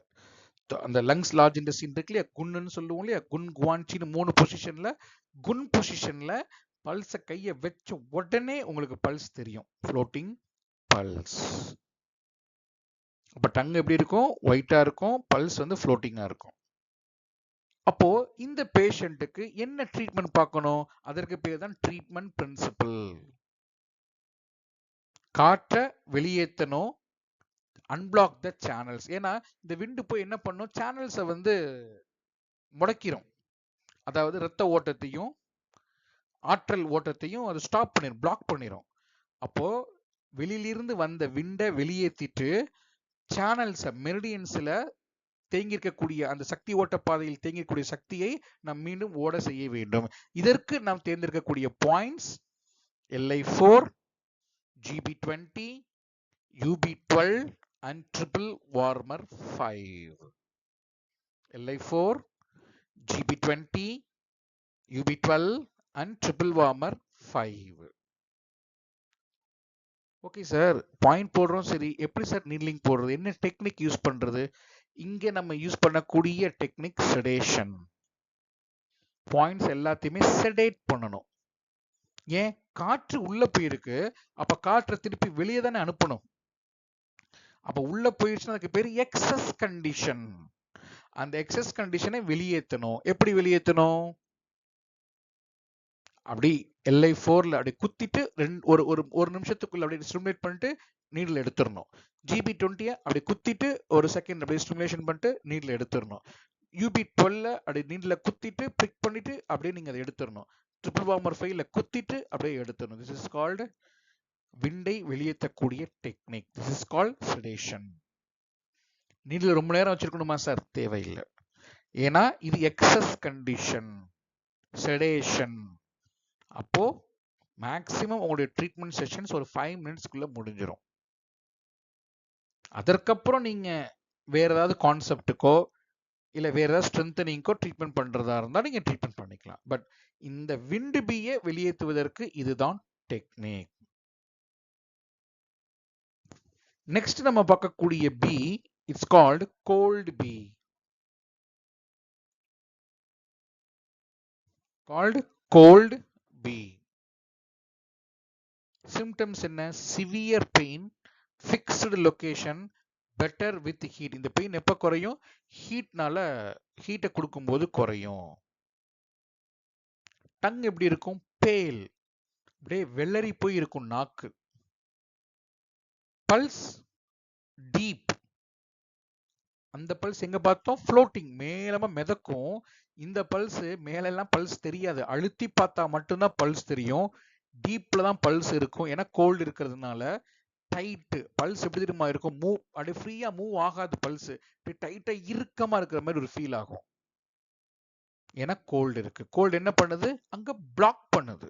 அப்ப டைட்டா கட்டி வச்சிருக்கு. அப்போ ட்ரீட்மெண்ட் பிரின்சிபல் என்ன? சேம். கோல்டை வெளியேற்றணும், சேனல்ஸை ஹீட் கொடுக்கணும், வார்ம் பண்ணணும். அப்ப என்ன சார் பாயிண்ட் போடுறது? ST36, UB23, DU4, தென் ஆஷி பாயிண்ட்ஸ். எங்கெல்லாம் பெயின் இருக்கோ பெயின் இருக்கக்கூடிய இடத்துல நீடில் போடலாம். சார் நார்மலா நீடில் மட்டும் போட்டா போதுமா? கண்டிப்பா கிடையாது. ஏன்னா இது கோல்டு பி. அப்போ ஹீட் கொடுத்தா தானே ரிலீஃப். அப்போ இங்க தான் மாக்ஸா தேவைப்படுது, மாக்ஸி பொசிஷன். அது மட்டும் இல்லாமல் வார்ம் நீட்லிங். நீடில் லைட்டா வார்ம் பண்ணிட்டு இன்சர்ட் பண்ணுங்க, வெரி குட் ரிசல்ட்ஸ் கிடைக்கும். இந்த டெக்னிக் கூட வீடியோ முடிஞ்சா நாளைக்கு நான் குரூப்ல போடுறேன். Warm needling technique. அப்ப கோல்டு பிக்கு எப்படி பாயிண்ட்ஸ் போடணும்? எல்லாமே நீடில் லைட்டா வார்ம் பண்ணிட்டு போடலாம் இல்லையா? நீடில் போட்டுட்டு அது மேல மார்க்ஸா காமிச்சிருங்க. That is called warm needling. Needle மேல மார்க்ஸா காமிக்கணும். நீடில் வழியாகத்தான் அந்த ஹீட் உள்ள பெனிட்ரேட் ஆகணும். அப்போ நீடில் போடாம வெறும் மார்க்ஸா தாராளமா காமிக்கலாம். அந்த ST36 UB23 DU4 ASHI பாயிண்ட்ஸ்லயும் மார்க்ஸா காமிக்கலாம். ஆனா நீடில் போட்டு காமிக்கும் போது it give tremendous results. Then அடுத்தது நம்ம பார்க்கக்கூடிய சிண்ட்ரோம் என்ன? Bi syndrome. Damp bi syndrome. Symptoms swelling, heaviness and numbness. Tongue greasy coating. நாக்கு பாத்தீங்கன்னா வளவளன்னு இருக்கும். அவங்களே நாக்கு அப்படி நீட்டினோன்னு பாத்தீங்கன்னா கோட்டிங் மேலேருந்து ஆரம்பிச்சு கீழே வரைக்கும். நம்ம இந்த கேக்ல எல்லாம் பேஸ்ட்ரி பண்ணுவோம். அந்த என்ன சொல்றது, அந்த கிரீமை எடுத்து இப்படி இப்படி அப்புனோம்னா அப்படி ஈசிக்கிட்டு அப்படி வலிச்சுக்கிட்டு வரும் இல்லையா? கொத்தனார்லாம் சாந்து எடுத்து போட்டு இப்படி பூசுவாங்களா? அந்த மாதிரி நாக்குல கோட்டிங் மேலேருந்து கீழ் வரைக்கும் அப்படியே ஃபுல்லா கிரீசியா இருக்கும். That is called கிரீசி coating. Pulse எப்படி இருக்கும்? ஸ்லிப்பரி. நீங்க அப்படியே பல்ஸ்ல கை வச்சு பார்க்கும்போது பல்ஸ் வந்து டப் டப்னு ஒரே இடத்துல அடிக்காம வலிக்கிட்டு போய் இன்னொரு இடத்துல பல்ஸ் அடிக்கும். That is called slippery pulse. Slippery pulse. Pulse வந்து ஸ்லிப் ஆகி போகும். ஃபர்ஸ்ட் பீட் ஒரு இடத்துல அடிக்கும், செகண்ட் பீட் இன்னொரு இடத்துல அடிக்கும். அப்ப ட்ரீட்மெண்ட் பிரின்சிபல் என்ன? டேம்ப்னஸை வெளியேற்றணும். Resolve dampness. அதற்கு நாம் தேர்ந்தெடுக்கக்கூடிய புள்ளிகள் SP9, ST40, REN12 and SP6. Needling technique, sedation. ஆனா இதுல 2 புள்ளிகள் மட்டும்தான் செடேட் பண்ணணும். SP9ஐயும் ST40ஐயும். REN12ஐயும் SP6ஐயும் நீங்க டானிஃபை தான் பண்ணணும். ஏன்னா இந்த 2 புள்ளியும் தான் மண்ணீரலை வேகமாக இயக்க வைக்கக்கூடிய புள்ளிகள். அப்போ மண்ணீரல் வேகமா ஒழுங்கா இயங்கினால் மட்டுமே தான் அங்க டேம்ப்னஸ் உடம்பில் இருந்து வெளியேறும். SP9ஐயும் ST40ஐயும் நீங்க என்ன பண்ணணும்? செடேட் செய்ய வேண்டும். ஓகேங்களா? அண்டர்ஸ்டாண்ட் ஆச்சுங்களா?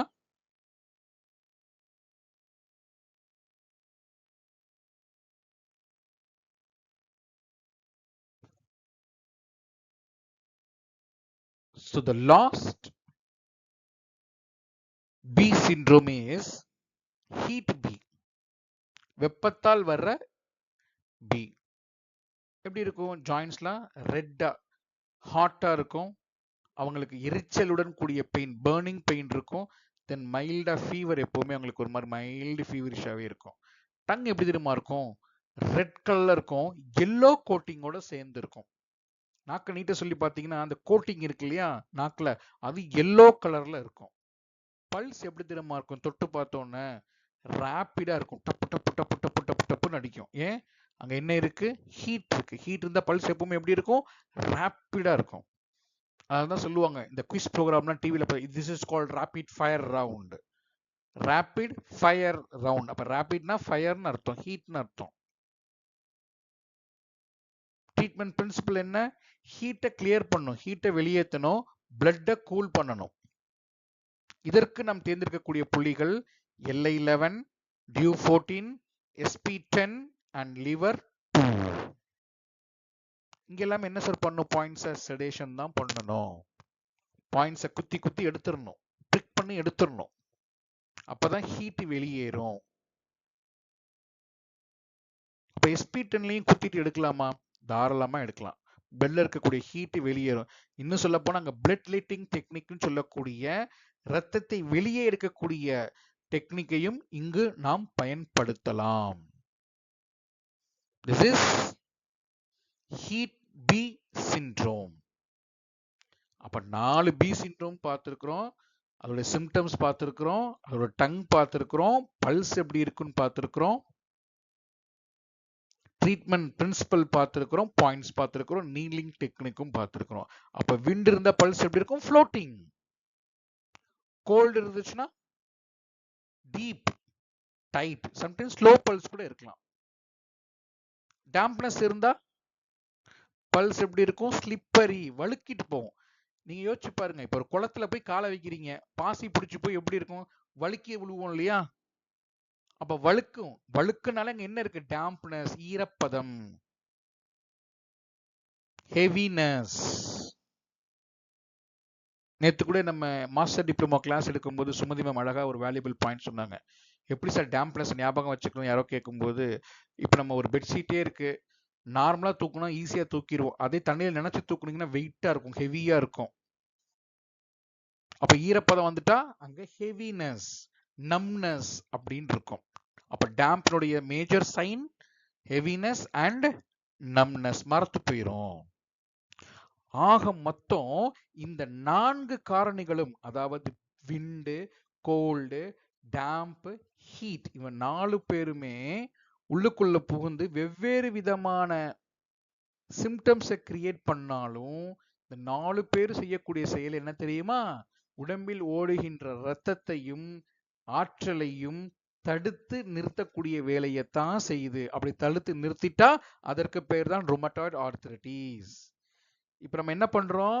ருமட்டாய்டு ஆர்த்ரைட்டிஸ் பேஷண்ட் வந்தோன்னா ஓகே, உங்களுடைய ஆற்றலும் ரத்தமும் தடைப்பட்டு நிக்குது, இது கன்ஃபார்ம். இதுக்கு குற்றவாளி யாரு? இந்த 4 ரவுடியில எந்த ரவுடி இந்த வேலையை செஞ்சான் அப்படின்னு கண்டுபிடிக்கக்கூடிய ஒரு துப்பறியக்கூடிய வேலையை செய்யக்கூடிய நபர் தான் இந்த சீட்ல உட்கார்ந்திருக்கக்கூடிய அக்குபஞ்சர் தெரபிஸ்ட். யாரு உங்களுடைய சீயையும் பிளட்டையும் தடுத்து நிறுத்தினா? ஹீட்டா, கோல்டா, டேம்பா, இல்ல விண்டா? அதற்கு நீங்க அவங்க கிட்ட விசாரணை நடத்த வேண்டும். That is called interrogation. ஏன் அவங்க சொல்லக்கூடிய விசாரணையில ஏதாவது உங்களுக்கு துப்பு கிடைக்கலாம். That is called diagnosis. Sir எனக்கு மரத்து போகுது சார், பெயினோட சேர்ந்து. ஓ, மரத்து போகுது, அப்போ இங்க டேம்ப். சார் எனக்கு பெயின் அங்கங்க மூவ் ஆகிட்டே இருக்கு சார், ஒரே இடத்துல இல்ல. ஓ, அப்போ மூவ் ஆகுது, விண்ட். ஃபிக்ஸடா ஒரே இடத்துல இருக்கு சார், சோப்பா, அப்போ இது கண்டிப்பா கோல்டு.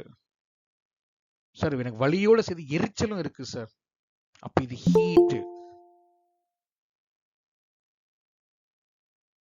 அப்ப இது யாரு? ஹீட். அப்போ பேஷண்ட் சொல்லக்கூடிய சிம்டம்ஸ்லயும் பேஷண்ட்ஸ் அப்சர்வ் எதெல்லாம் பண்ணலாம்? அப்சர்வ், எங்க நாக்கு நீட்டுங்க. ஆமா, உங்களுடைய நாக்கு லைட் இன் ஒயிட் கோட் இருக்கு, அப்ப விண்டு. நாக்கு ரொம்ப பேலா இருக்கே, அப்போ கோல்டு. நாக்கு நீட்டுங்க. என்ன இவ்வளவு மஞ்சளா இருக்கு, நாக்கு கலரே சிவப்பா இருக்கு, இது வேற கோட்டிங் வேற மஞ்சளா இருக்கு, அப்ப ஹீட்.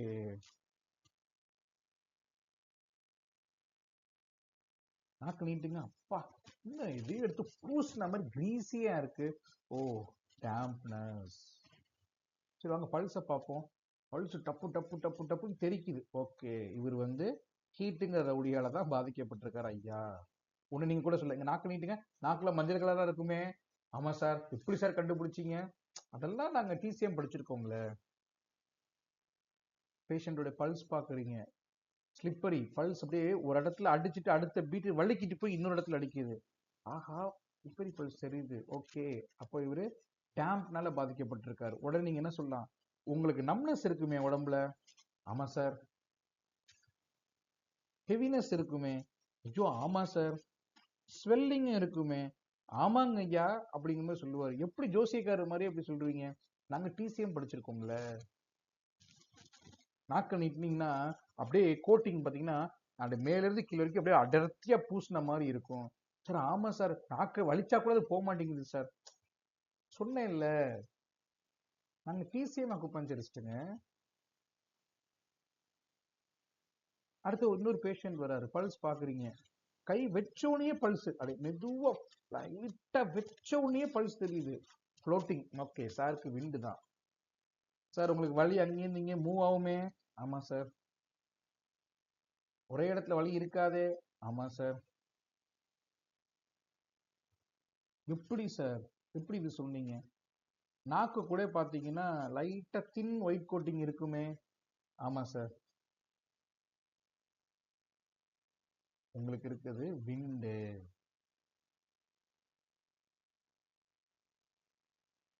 ஸோ இப்படி ஒரு பேஷண்ட்டை தெளிவா படிக்கக்கூடிய, தெளிவா அணுகக்கூடிய ஒரு மெத்தடுக்கு பேரு தான் டிசிஎம் அக்குபஞ்சர். வாங்க, என்ன பண்ணுது சார்? ரொமட்டோராய்டிஸா எங்கேயோ படிச்சிருக்கேனே. LI11 போடு, வலி நீக்க புள்ளி, இம்யூனிட்டி பாயிண்ட். அப்புறம் என்னது? வலி நீக்க புள்ளி. LI4 போடு, ST44 போடு. அப்புறம் எங்கெங்கெல்லாம் வலிக்குது அந்த நீங்கள போடு. இதுக்கு பேர் அக்குபஞ்சர் இல்ல. இதுக்கு 1 வருஷம் கோர்ஸ், 2 வருஷம் கோர்ஸ், MD PhD. இது யாரு வேணாலும் ரோட்ல போறவனுக்கு 10 நிமிஷம் சொல்லி கொடுத்தா அவன் எடுத்துட்டு போயிடுவான், செஞ்சுட்டு போயிடுவான். ஒரு பேஷண்ட்டை நிதானமா உட்காந்து அனலைஸ் பண்ணி டயக்னோசிஸ் பண்ணி நீங்க தெளிவா இதை ட்ரீட் பண்ண இது அடுத்த ஸ்டேஜுக்கு போகுங்கிற பேத்தாலஜியோட ப்ராக்ரஸஸ் சொல்லி நீடில முக்கியமா படுக்க வச்சுதான் போடணும். கல்யாண பந்தியில சோறு போடுற மாதிரி உட்கார வச்சு நீடில் போடக்கூடாது. It's offence in acupuncture. ஏன்? ஆமா, வந்திருக்கக்கூடிய பேஷண்ட் ஆர்த்ரைட்டிஸ் பேஷண்ட், அவனுக்கு சீயும் பிளட்டும் ஏற்கனவே பிளாக் ஆயிருக்கு. அப்ப படுக்க வச்சு போட்டாதான் அது ஃப்ரீ ஃப்ளோவா போகும். Correct sir. ஆனா அங்க இத்தனை உட்கார வச்சு தான் போறோம். போடக்கூடாது. போடலாம் எப்ப தெரியுமா? ஹெட்ல நிடில் போடுறதா இருந்தா போடலாம். கையில மட்டும்தான் உங்களுக்கு நிடில் செஷன்ஸ் இருக்குன்னா உட்கார வச்சு போடலாம். காலில் மட்டும்தான் செஷன்ஸ் இருக்குன்னா நீங்க காலில் உட்கார வச்சு போடலாம். ஆனால் தலை முதல் கால் வரைக்கும் நீட்லிங் பண்ண போறேன்னா பேஷண்ட்ஸ் கண்டிப்பா ப்ரோன் பொசிஷன் இல்ல சுப்பின் பொசிஷன்ல கண்டிப்பா பேஷண்ட் இருக்கணும். அதாவது ஒண்ணு குப்புற படுத்திருக்கணும், இல்ல நிமிர்ந்து படுத்திருக்கணும். ஆக மொத்தம் அவர் படுத்திருக்கணும்.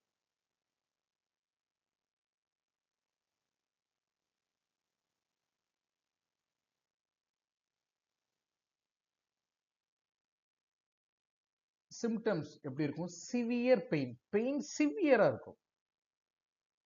அதே போல பெயின் எங்கேயும் அங்கேயும் மூவ் ஆகாது. ஹெவினஸ் இருக்காது, நம்னஸ் இருக்காது. பெயின் ஒரே இடத்துல இருக்கும்.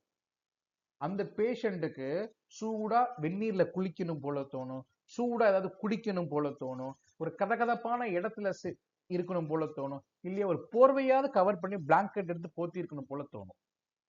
அப்போ அந்த பேஷண்ட்டுக்குள்ள கோல்டு பி அப்படிங்கிற ஒருத்தர் உள்ளே நுழைந்து விட்டார். அடுத்தது அந்த பேஷண்ட்டுடைய டங் எப்படி தெரியுமா இருக்கும்? வெளரி போய் இருக்கும். நாக்கு வந்து ரெட்டா இருக்காது, பிங்கா இருக்காது, ஒரு மாதிரி பேல் வெளரி போய் இருக்கும். பல்ஸ் எப்படி தெரியுமா இருக்கும்? டீப்பா அழுத்தி பார்த்தா தான் தெரியும். அப்பயும் பல்ஸ் ஷுட் பி டைட்டா இருக்கும். அப்ப அந்த பேஷண்ட்டுக்கு நம்ம பண்ணக்கூடிய ட்ரீட்மெண்ட் பிரின்சிபிள் என்ன? ட்ரீட்மெண்ட் பண்ணணும், கோல்டை வெளியேற்றணும், அந்த சேனல்ஸ் சக்தி ஓட்ட பாதையை வார்ம் பண்ணணும். அப்போ அந்த பேஷண்ட்டுக்கு நம்ம என்ன பண்ணணும்? மாக்ஸா கொடுக்கணும், வார்ம் நீட்லிங் கொடுக்கணும். அதற்கு நாம் பயன்படுத்தக்கூடிய புள்ளிகள் ST36, UB23, DU4 and ashi points. ஆஷி பாயிண்ட்ஸ்னா ஒன்றும் இல்லை, எங்கெல்லாம் வலிக்குதோ அங்கெல்லாம் ஒரு நீடில் போட்டா அதுக்கு பேர் தான் ஆஷி பாயிண்ட்ஸ். சைனால அதுக்கு பேர் என்ன தெரியுமா? ஆஷின்னு தெரியுமா? ஆ அப்படின்னா வலி, ஷீனா வலி இருக்கக்கூடிய இடத்துல நீடில் பண்றது, லோக்கல் பாயிண்ட்ஸ். ஆ ஷி, அதான் ஆஷி பாயிண்ட்ஸ். ஆனா வலி. Okay, the next sessions.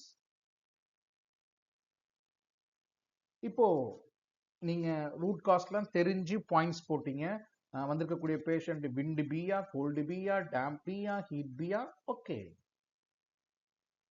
Sir, இது ஓகே சார், நான் கண்டுபிடிச்சிடுறேன். இன்னைக்கு பேஷண்ட்ஸ் கூட சேர்ந்து நோட்ஸ் எடுத்து வச்சுக்கிறேன். ஆனா பேஷண்ட்ஸ் போனதுக்கு அப்புறம் கூட நான் எல்லாத்தையும் கண்டுபிடிச்சு பாயிண்ட்ஸ்லாம் நான் உடனே எனக்கு பண்ண முடியாட்டியும் நான் நாளைக்குள்ள அடுத்த சிட்டிங் பேஷண்ட் வரதுக்குள்ள அவருக்கான ப்ரோட்டோகால் ரெடி பண்ணிடுறேன். இன்னைக்கு நான் என்ன சார் பண்றது தோணும் இல்லையா? சிம்பிள். வந்திருக்கக்கூடிய பேஷண்ட்டுக்கு ஆர்த்ரைட்டிஸ் கையில இருக்கு, கை மூட்டுகள்ல இருக்குன்னா LI4 பாக்ஸின்னு சொல்லக்கூடிய EX பாயிண்ட்ஸ் போட்டுருங்க. வந்திருக்கக்கூடிய பேஷண்ட்டுக்கு ரிஸ்ட்ல இருக்கு triple warmer 4 SI5 triple warmer 4 SI5 வந்திருக்கக்கூடிய பேஷண்ட்டுக்கு நீல இருக்கு stomach 35 Ziyan and GB34 Ziyan அப்படிங்கிறது ஒரு EX பாயிண்ட் இங்க இருக்கு இல்லையா முட்டுகள் இது வந்து ST35 இது சாரி இது ST35 இது வலது முட்டியா இடது முட்டியா இடது முட்டி ஸோ இது ST35 இதுக்கு அப்படியே ஆப்போசிட் இருக்கக்கூடிய பாயிண்ட்டுக்கு பேரு ஜியான் இது ரெண்டுமே போடலாம் ஜியான் சொல்லக்கூடிய EX பாயிண்ட்ஸ் அடுத்தது GB34 வந்திருக்கக்கூடிய பேஷண்ட்டுக்கு ஆங்கிள் குதிகால் அதை சுற்றி தான் பெயின் இருக்கு டோல பெயின் இருக்கு அப்படின்னா ST41 and UB60 ST41 and UB60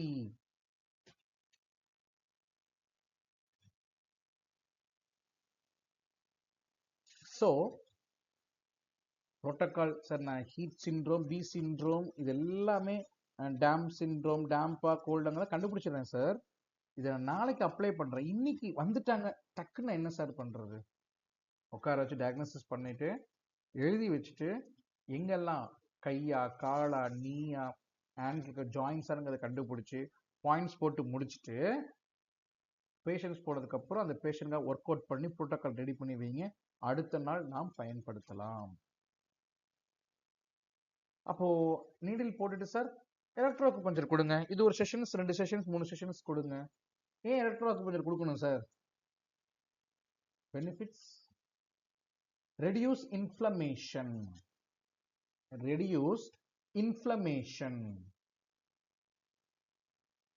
இன்ஃப்ளமேஷனை குறைக்கும் பிளட் சர்க்குலேஷனை இம்ப்ரூவ் பண்ணும் பிளட் சர்க்குலேஷனை மட்டுமா நோ சி சர்க்குலேஷனை இம்ப்ரூவ் பண்ணும் பெயின் ரிலீஃப் கொடுக்கும் என்ன சார் பாயிண்ட்ஸ்ல போடுறது காமனா LI4 LI11 ஒரே கையில ஒரே பக்கமா போடணும் LI11 LI4 ஒரே பக்கம் ரைட் ஹேண்ட் லெஃப்ட் ஹேண்ட் அடுத்தது ST36 GB34 ஒரே கால்ல போடணும் இந்த கால்ல ST36 அந்த கால்ல GB34 போட கூடாது ஓகே சார் இப்போ நீங்க சொல்ற மாதிரி நீடில் போட்டுட்டு எலக்ட்ரோலாம் சொருகிட்டு எல்லாம் வச்சுட்டேன் என்ன சார் ஃப்ரீக்வன்சி கொடுக்கிறது லோ ஃப்ரீக்வன்சி கிரானிக் பெயின் நீண்ட நாளா இவர் ருமட்டாய்டு ஆர்த்ரைட்டிஸ் அப்படின்னா கிரானிக் பெயின் அப்படின்னா லோ ஃப்ரீக்வன்சி கொடுங்க அப்ப அக்யூட்னா ஹை ஃப்ரீக்வன்சி கொடுங்க தப்பே கிடையாது என்ன சார் மோடு என்ன வேவ் கொடுக்கிறது டிடின்னு ஒரு வேவ் இருக்கும் உங்களுடைய எலக்ட்ரோ அக்குபஞ்சர் டிவைஸ் எடுத்து பாருங்க டிடின்னு இருக்கும் டென்ஸ் டிஸ்பர்ஸ் வேவ் கொடுங்க டென்ஸ் டிஸ்பர்ஸ் வேவ் கொடுங்க okay this is electro acupuncture sir எல்லாம் கரெக்ட் பேஷண்ட்டுக்கு ஏதாவது அட்வைஸ் பண்ணணுமா கண்டிப்பா இல்லைன்னு நம்ம டாக்டர் ஒத்துக்க மாட்டாங்க அப்போ diet and life style advice நீங்க கண்டிப்பா கொடுத்தே ஆகணும் என்ன மாதிரி ப்ளீஸ் கோல்டு ஃபுட்ஸ் அவாய்ட் பண்ணிக்கோங்க ஐஸ்கிரீம் கூல் ட்ரிங்க்ஸ் எல்லாம் கொஞ்சம் அவாய்ட் பண்ணிக்கோங்க அதிகப்படியான கேர்டு தயிர் யூஸ் பண்ணாதீங்க டேம்பை உருவாக்கக்கூடிய ஃபுட்ஸ் எடுத்துக்காதீங்க அது என்ன சார் சாலடு க்ரீமு கிரீசி ஃபுட்டு வளவள கொலன்னு இருக்கக்கூடிய ஃபுட்ஸு எஸ்பெஷலி இனிப்பு அதிகமாக இருக்கக்கூடிய ஃபுட்ஸு டைரி ப்ராடக்ட் பால் சார்ந்த பொருட்களை தொடாதீங்க அப்ப எல்லாம் எடுத்துக்கணும் warm food soup is the most valuable food for arthritis patient soup என்ன மாதிரி சூப் சார் ஆர்த்ரைட்டிஸ் அப்போ நான்வெஜ் வேண்டாம் vegetarian soup ginger and garlic soup turmeric இதெல்லாம் ஒரு சூப்பா போட்டு எடுத்துக்கலாம் இல்லையா ஜிஞ்சர் கார்லிக் டர்மரிக்லாம் போட்டு ஒரு கஷாயம் மாதிரி ஆக மொத்தம் நீங்க இருக்கக்கூடிய ஃபுட்ல ஜிஞ்சர் கார்லிக் டர்மரிக் இருந்துகிட்டே இருக்கணும் இது எல்லாமே ஆன்டி இன்ஃப்ளமேட்டரி ப்ராடக்ட் உடம்பில் இருக்கக்கூடிய அலர்ச்சிகளை சாகடிக்கக்கூடிய ஒரு உணவுகள் லைட்டா எக்ஸசைஸ் பாடிக்கு லைட்டா எக்ஸசைஸ் ஏன் நீங்க சீயும் பிளட்டையும் ஃப்ளோ பண்ண வைக்கணும் அப்படியே பிடிச்சி வச்ச பிள்ளையா மாதிரி உட்காந்தா ஃப்ளோ ஆகாது ஸ்ட்ரெச்சிங் கை கால்கள் நல்லா நீட்டி மடக்கி நல்லா ஸ்ட்ரெச் செய்ய வேண்டும். இதெல்லாம் பேஷண்ட்டுக்கு நீங்கள் சொல்லி தரணும். இதெல்லாம் ரெக்கமெண்ட் பண்ணணும். ஒரு இம்பார்ட்டன்ட் கிளினிக்கல் டிப்ஸ் சொல்றேன் நான். என்ன? Treat acute inflammation carefully. அதாவது அக்யூட்டா வர்றவங்கள கொஞ்சம் கேர்ஃபுல்லா ட்ரீட் பண்ணுங்க. அதே போல பேஷண்ட்டுக்கு எலும்பு தேய்மானம் இருக்கு அப்படின்னு ரிப்போர்ட் படிச்சாலோ இல்ல பேஷண்ட் வாய் வழியா சொன்னாலோ அடிக்கடி அவங்களுக்கு நீட்லிங் போடாதீங்க. அதாவது டே பை டே நீடில் போடாதீங்க. இன்னைக்கு வாரத்துக்கு ஒரு சிட்டிங்கோ வாரத்துக்கு 2 சிட்டிங்கோ நீட்லிங் பண்ணுங்க. எப்பவுமே லோக்கல் பாயிண்ட்ஸ் பிளஸ் டிஸ்டல் பாயிண்ட்டை கொஞ்சம் கம்பைன் பண்ணி போடுங்க. அதே போல கிரானிக்கா இருக்கக்கூடிய பேஷண்ட்டுக்கு நான் 10 நாள்ல சரி பண்ணிடுறேன் 15 நாள்ல சரி பண்ணிடுறேன் வாக்குறுதி minimum it takes around 3 to 4 months. அப்புறம் லைஃப் ஸ்டைல் கரெக்ஷன் இதெல்லாம் கரெக்ட். நான் என் வேலையை பார்த்துருவேன். கோல்டா விண்டா ஹீட்டா டேம்பாங்கிறது கண்டுபிடிச்சிடுவேன் தம்பி. நீ என்ன பண்ணணும்? நான் சொல்ற லைஃப் ஸ்டைலை ஃபாலோ பண்ணணும். 50% என்னோடதுன்னா 50% உன்னோடதுன்னு பொறுப்பு அவங்க கையில கொடுக்கணும். நான் சொல்றதை அவாய்ட் பண்ணணும். மீறி செஞ்சா ஐ எம் நாட் ரெஸ்பான்சிபிள். அந்த life style correction is very very very essential. So today class is over. One second.